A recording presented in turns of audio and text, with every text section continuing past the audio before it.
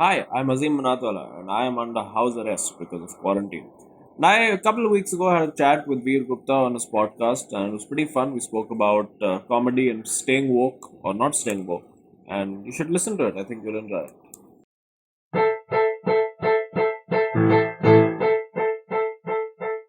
Dude, is life a perception based on perspective or is perspective based on perceptions? Have you completely lost it? No, wait, it's just perceptions. Isn't life just like a box of paints, full of colorful people, events, and Arey no, it's just black and white, like binary. Dude, for people like us and all, there are only two options in life. It's engineering or medicine. Bro, come on. There's a whole lot more to life than just that. You're just looking at it from the wrong perspective. That's completely anti-national. How can you say that? I mean, how can you not be patriotic? I don't believe in such ideas, to be honest. The notion of a country itself is just a perception that is implanted in our minds. Children, life is just like a balance sheet. We must balance things out to give rise to that final statement, just as a balance sheet declares a final statement. Has she gone mad? No, dude. Think about it.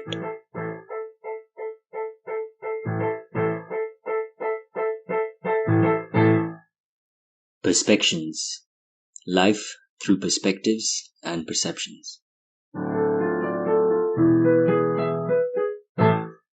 Episode 10 Staying Woke with Azeem Banatwalla.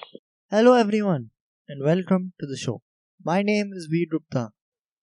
You can also catch the show on YouTube, Spotify, Anchor, or whichever podcast streaming service that you use. Do give us a review and a rating while on there. It'll mean the world to me.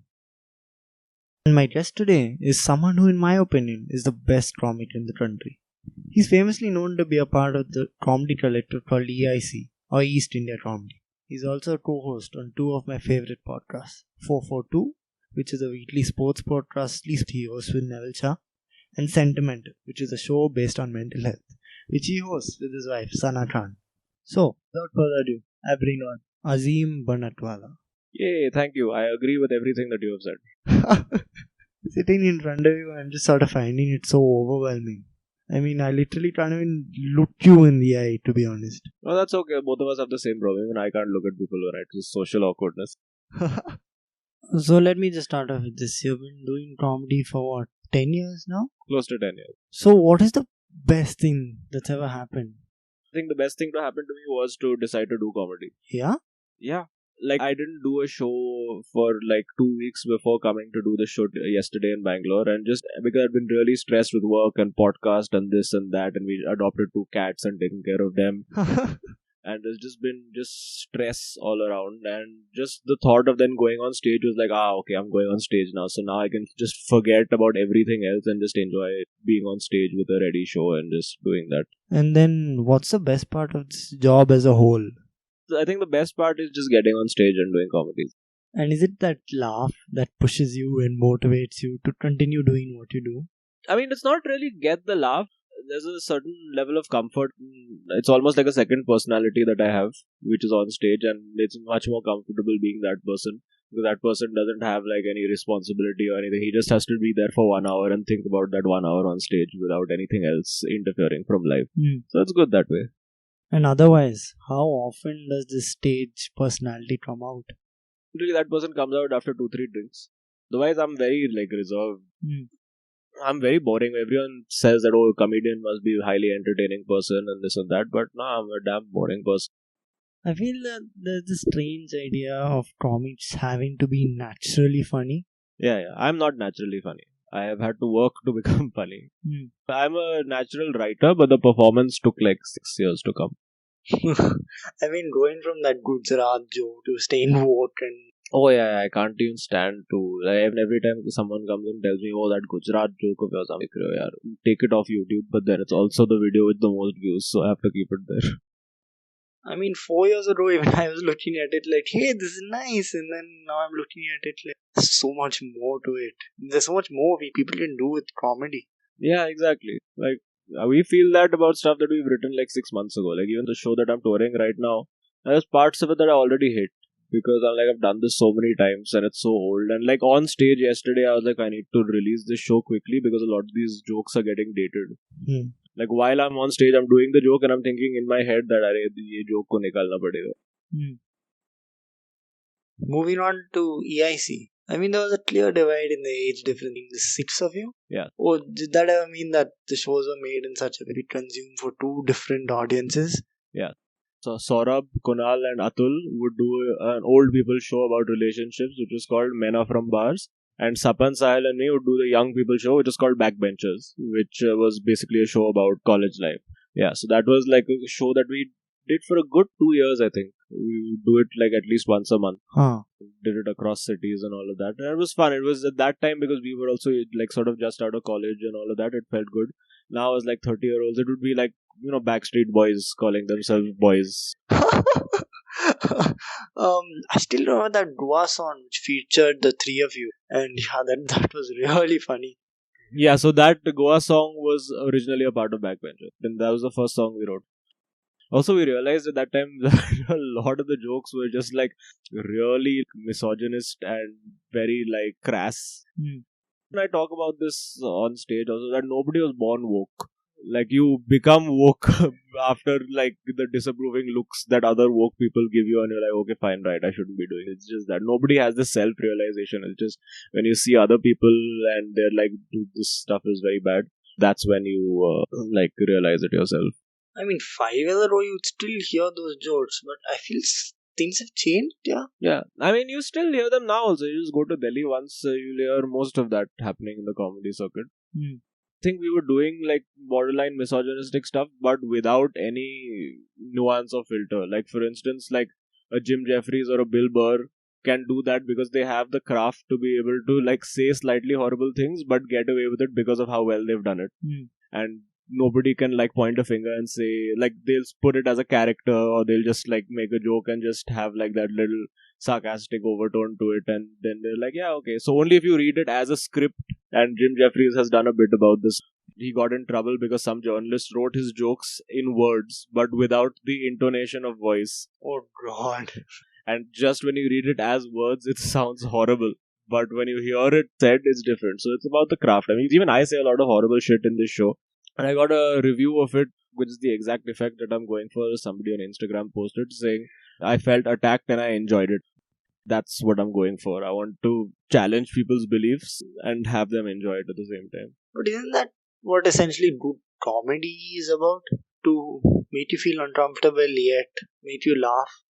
Yeah, but I mean, so a lot of that has always in our scenario been anti-right wing. So if you're doing anti-right wing thoughts, you're talking about like bigotry and xenophobia and all of that kind of stuff, and people laugh at that. That's different. But over here, you're talking to like the new age internet liberals who get upset by like get triggered by one tweet or one word that you say. So it's a little more challenging that way. So that's why I'm happy with this show. That I feel it's serving the purpose that I wanted to. Okay. Also, you guys have written a lot for these Bollywood award shows, no? Yeah, we've done a lot of that, yeah. We used to do that just for the cash, honestly. And also just at that time, it was like, okay, we'll meet some celebrities and hopefully they'll come to watch our shows. That was our thing. We'll meet a celebrity, some guy will come and watch our show, and then he'll tweet about us, and then other people will come and watch the show off the back of that. There was no proper social media and Instagram and all at that time. We had to do what you could. Like, I still remember Hrithik Roshan once had come to watch our show, EIC show, at the comedy club in Bombay, and he came and sat right at the back wearing a cap and sunglasses and all of that. And then he came and met us. Wow. And then what changed? Yeah, then it just became too much work, and also we were artists and performers ourselves and not just writers, but we were treated as just like writers over there. And we also had like egos after a while and saying that we don't want to be treated like some king Bollywood writer. We have much more skill and much more craft than that. And beyond the point, it was not worth the money that we were being paid, the time investment. Like you spent 3 months on the entire thing, and then last minute you're running around. Oh god. The days building up to IFA, it was 3 hours of no sleep. It's just because you have to run for this rehearsal is happening at this time, this rehearsal is happening at that time. Then the celebrity obviously is celebrity, so they will show up 3 hours late. But we still have to wait, no? Because we're used to being the star, no? So then when you are made subordinate, it's not a nice feeling. So then I think that's why we gave it up. And is there any incident that you can recall of a celebrity being a celebrity, as you say? Yeah, I think there was one particular actor who was insecure that his lines were not as funny as the other actor who was hosting the show. And why was that? They were funnier because that other guy was a naturally funny guy and he had given most of the jokes. We were like, if he's given the joke, we'll give it to him on the hosting, obviously. But then last minute, slyly, he was making us change the jokes and take them out without telling the other guy, taking it out from his lines and putting it in his lines. So you have these weirdos doing this kind of stuff. And what about at shows and open mics? Are you someone who sits and watches all the sets, or are you someone that just does their thing and leaves? It varies. I mean, sometimes when I'm in the mood to just watch comedy, I'll watch. Or otherwise, I just do my shit. I show up, I do my set, and I leave. There's 2-3 people who I get along with, and there are literally like 3 or 4 people only in comedy who I get along with. Yeah, like if Kanan or Neville or somebody is around, then I'll just stay back and hang with them. But beyond that, there's not a lot of people that I really enjoy hanging out with in comedy. Do you think it's getting tough for you as a comic to stand out because of how diluted comedy is becoming, especially since you're in Bombay? No, it's alright right now. It's getting harder to be an English comic in India because of how the markets are skewed, especially for like your OTT platforms, your Amazons, your Netflix and all that. Everyone just wants Hindi and regional and all of that. Literally, my agency people only have told me that English comedy is dead in India. And does that scare you? I know that I have a shelf life for my career, so I'm trying to make as much money as I can in 5 years, chill and retire. I'm done after that. Why would you just want to leave? Just, it's too much of a struggle to do this for 10 years and you're still hustling to sell bloody 50 tickets in Bhubaneshwar. There's no point to it. So, yeah, I made minus 100 and something rupees when I went for, like, paying money to do shows. What's the point? I mean, retire in the sense I won't do that hustle of one special a year or 1 hour a year. I'll just sit, earn some money, invest it, chill, do other things, or run a football turf, whatever, that kind of stuff. Huh. So the other day I was listening to a podcast where some of the Bangalore comics were talking about how the first batch of comics in India aren't as obsessed about comedy or with comedy as they are. I found that a bit absurd and a bit strange. Would you have some thoughts on that? Now, a lot of the younger comics have done like a PhD. They just keep talking about कि मैंने ये comic देखा, वो comic देखा, मैं खुद का joke लिखा क्या तो? Because that's what matters, no? तू जाके देख ऐसे 17 special दिन में. But what is the point if you only are not writing new jokes? I'm telling you, you'll see comics who for 3 years have been doing the same jokes and they're only talking about the new jokes of other comics. So when are you going to write? The thing is that I don't have to sit and tell everyone. When we started out also, we of course had our this thing where we would be like, ki acha ye bit dekha, wo bit dekha, all of that. But there was nothing like constantly like this comic, that comic. A new special comes out, I enjoy it. I think a lot of the younger comics also, it's sort of, they're just consuming so much content because they're trying to find their own voice. And I found mine early enough, which was sort of as a cross between trying to be somewhere in the middle with the absurdism but also the offense. And that's what I've found works for me. And I do that. I watch very little comedy now. I just prefer to just write it myself. Like if I want just to get like my brain working again, I'll like watch an old special, like a 1990s Eddie Izzard special, just to go back to the roots, and then I'll start doing something. And in that way, do you think there's a big difference or there's a big gap in the comedy scene in the US, India? Yeah. But even if you look at it in the US and UK scene and all of that also, you look at the circuit comedy, in fact, you look at a lot of the stuff that's coming on Netflix and Amazons and all also, like it's very average content. And why is that? Once you've given the specials to the top, whatever, 15, 20, 30, then obviously it's going to take those people time to build a new special. And if you're paying them whatever 10, 15 million for a special, they don't have the pressure कि अभी मैंने 1 साल में नया निकालेगा. They can chill and do it after 3 years. So then to keep that comedy sort of wagon rolling, you have to then give specials to other people who are also good comics, but I don't know, somehow either material is not translating to camera or maybe it's just that's what the people in the US like as comedy. I don't know. It's almost refreshing when you just see like anybody coming and talking about just observational simple stuff. Why do you say that? Everyone's now become very agenda driven with the comedy in the US, and that's where I also was like, well, I'll write this show because that's what's working in the US, so hopefully then I can sort of break out internationally and break into that clutter. But it's become a lot of just repeatedly the same stuff that's happening everywhere, because people see that acha, this comedy worked, so I will also do it. I also did. So I was like saying, but instead of looking at Indian comedy and seeing what's working there, I said I'll see what's working in the US and try to create something like that, which is the first in India. And has that worked? I mean, it's worked, but like if I put this show on YouTube, it would not do well for India. Why do you say that? It's very restrictive, and Veer had also said this about, I think, Zakir, where he said that Zakir has the audience of 100% of India, but Veer as an English comic has like maybe 20%. So it's a lot more difficult to do that. Talking about like observational, I feel there's this really funny bit by Sumaira said about a paperweight and how anything can be used for a paperweight. That's so hilarious. Yeah, it's a great bit, yeah. That's the thing, you see a lot of people who are trying to do a lot of things, but eventually like observational stuff is the most timeless. So I was saying how where I was on stage and I was realizing that bits were getting dated in my head, it's because it was more political, more current, more social commentary kind of stuff, that it sort of has a shelf life. But observational bits like the stuff you see from like Eddie Izzard and all of that, I can watch like his 1990s wale specials and it's still relevant today. So hopefully I'm gonna get back to doing that, because I experimented with this ultra social commentary thing, which is fun. But if you don't have people who are willing to pay and buy the special, then it's sort of a waste of time. Okay, simple question. What else do you do when you come to a city to perform? I do nothing. So because I also was a travel writer for 3 years of my life. I used to write for National Geographic Traveler for 3 years. And at that time, traveling was my job. Like I had to forcibly get out and go sightseeing and write about shit and all of that. So that's why now all travel I sort of associate with work. And sightseeing? I don't do sightseeing. I've done enough in 3 years. I do not go for any sightseeing anywhere. I will go for an activity that I want to do. I'm going to New Zealand after I go to Melbourne this year. So I know that I'm going over there. I'm going to do a road trip. I'm going to do the bungee. I'm going to do skydiving. That's the 3 things I'm going for. Yeah, I don't want to see random sites, so Echo Point, Tiger Point, all that. I don't want to see all this. I've seen enough. They're all the same point after a while. New Zealand, maybe वहाँ पे Maggie बेचेगा. That's all it is.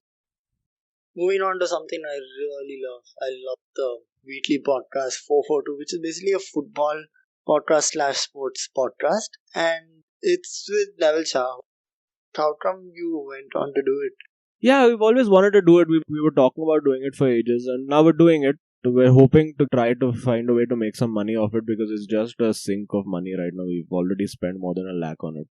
Got no real tangible result of it. We look at it as, say, we're spending 10k each a month to do something that we want to do and see if it's worth it. But it also has a really niche audience. Like, that's amazing. Yeah. So every other video you see on EIC, minimum is like 300 to 400,000 views. We get like 25-30,000 views. That's it. But now we know that that's the dedicated following that we have. 25,000 people like it, which for a sports podcast is actually a good number. But then explaining it to other people who are like, what is this EIC channel where you get millions of views, now you're getting this 25,000, so this is like failed content. But we're doing it because we want to do it, and I think if we do it long enough, we'll build that niche and that following, and it'll amount to something eventually. Also, there's Senti-Mental, which is a podcast about mental health, and I love the show. How did that end up happening?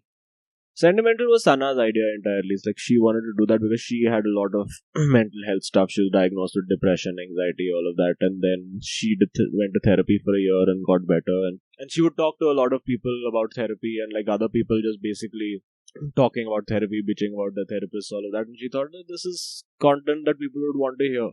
And we did 1 season on our own for Spotify. Then Audible came and they were giving us money to do it. So then we did it for Audible. So hopefully we might have 1 more season with Audible. But I feel like it's great how you're just saying like they gave us money, so we did it. Yeah, it's amazing. Yeah, eventually it's that only. मतलब कितना करेगा passion के लिए?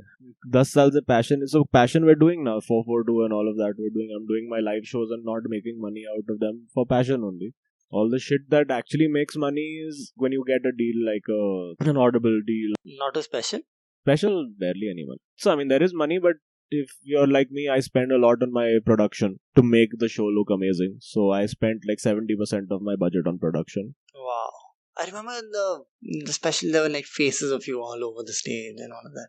That was in the first special. The second one was much more elaborate because we did an opera house where the rental was very expensive and all of that. And then there's the corporate shows, college shows, all that soul-sucking nonsense. But that's what pays the bills, unfortunately. I mean, from what you're saying right now, it seems like, okay, this is all for me. But like, never occurred to you, like, hey, I need to for the people around me or something like that. I mean, I don't really need to do anything for them because they're all like, they're comfortable in their own way. And I do stuff in life that I enjoy personally, and what I do professionally is professionally. To my friends and family will not see me as Azeem the comedian or whatever. It's just, it's Azeem. And in that way, is there like a divide with the two Azeems, the personal life Azeem, the guy who writes, who does comedy? And are you easily able to switch between the two personalities? Yeah, when I'm working, I'm working. So then I am a different person. Then I know that I have a certain amount of reputation and a certain amount of respect that I am owed for what I've done, and I do that there. As a individual, I have very low confidence, but as comedian, confident. Why do you think that shift is there? You know that on stage you're respected. Yeah, I mean, just on stage, I know that I'm good. I've always had like general low self-confidence in life, and that continues to happen. But then in comedy, it's just because it's the only thing I've ever done well at in life. So then I know that, yeah, this is where I can afford to throw a shit fit if I want to.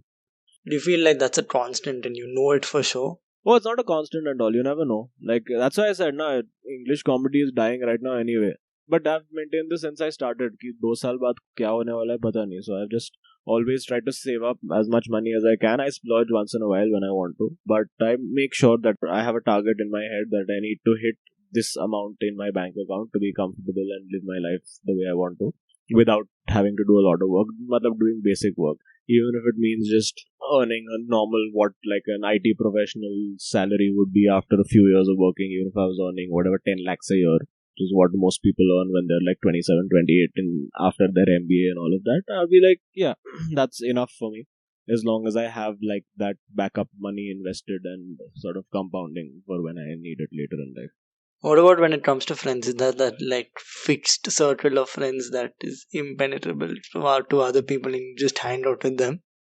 No, my friends are the same friends that I've had. I've had one group from school, I've had one group from college, and that's the only two. And they're always constant, always there. So, yeah, I mean, for me, it's just, yeah, hope for the best. This is all, everything that has happened in my career right now is just a series of happy coincidences. So, oh God, why do you say that? Like, I just feel I've been in the right place at the right time. It's everyone has a degree of this imposter syndrome that you don't really deserve what you got. And I have that as well. I mean, yes, the ability and work and all of that has been there, but I think a lot of it was just right place, right time. It's because I started out at that time in comedy. If I was starting out now, I'd have given up in 2 months. Because it's just so brutal for anybody starting right now. Especially in Mumbai. Yeah, Mumbai, everywhere. It's very hard to break the clutter now. Like, what we achieved in the first 3-4 years of our comedy takes like 7, 8, 9 years now. Unless you're like exceptional, then you can do it in like again 3-4 years. And how is it when it comes to pushing yourself to write something or do something? Yeah, that also is getting harder now. And it gets harder when I'm already touring a show and I don't have that fire under my ass ki acha naya material nikalne ka hai. Now it's just like, yeah, the show is there, it's touring. To try to improve bits and pieces here and there as and when required. And then once it's commissioned, once it's shot and I have to start writing the new hour, then that's when like I'll properly write. Has there ever been a point where what people have said has affected you and got into you about your act, your jokes? No, not really, because I've honestly, after a point, I don't care what the world thinks of what I'm doing. And I've realized that all this idea of success and ambition and all that, it's all created by society and people. I know that I will be happy if I am happy with my work. Even if that necessarily doesn't mean that I am the best comedian in India or the most successful or making the most money and all of that. And it's taken me time to accept that and say that maybe I'm not going to be that guy who gets whatever, that $5 million special at some point in his life. I'll be happy to make $500,000 in my life and live, which is a good amount of money to make. And I had my goal set that by 30 I want to be living in a nice house, which I not bought but rent. And I want to be driving a nice car, which not bought outright, we bought second hand. And I've achieved that. So what goals I set out, the material things that I wanted in life, I have. And now it's just about enjoying life That's why we adopted cats, a nice little thing that you have like two creatures that you're taking care of and are dependent on you. And So at this point, it's just the simple things that matter to you now. yeah, I think it's just the small things right now that I enjoy doing, and eventually I want to move to a small city somewhere and retire. I want to, like, after 5-7 years move to like a Goa or even like Kochi or someplace like that, and just still start one small business like an Airbnb, or as I said, like a football turf or something. Unless like something massive works out and there's this one big break and suddenly I'm a millionaire over a year, then that's different. But otherwise, I'm very happy to just live a simple but comfortable life. I don't have those rock star aspirations. But did you ever have those aspirations as such? When I started out, I did, as I'm going to sell out stadiums and all of that. But then you become more pragmatic as you get older. You're like, no, I'm not going to be the guy who sells those stadiums, and that's okay. So I just wanted to end on this fun note. So if you've seen 442, or even if you follow Azeem on Instagram, you know that he's this passionate Manchester United fan. So I just wanted to ask you, what do you think of United's current state? It's that only, no? So maybe we're not going to win the title, but we'll be comfortable in 5th place, and that's okay. Okay, we're 3 players away from challenging for the title. So just 3 players? Yeah, just 3. 3 good players. So yeah, good striker, good midfielder, and a good right winger. Yeah. So on that note, we come to the end of this episode, and I just wanted to say thank you, Azeem. No worries, man. Thanks for coming. Thanks for doing this. You can catch Azeem at your nearest comedy club sometime in the near future. He'll be touring his show. Catch him on Instagram at @Azeem Banatwalla. You can catch us at perpections.podcast. You can catch me at weirdos_Gupta. And yeah, thank you for listening. Until the next one now. Goodbye. Awesome, man. Just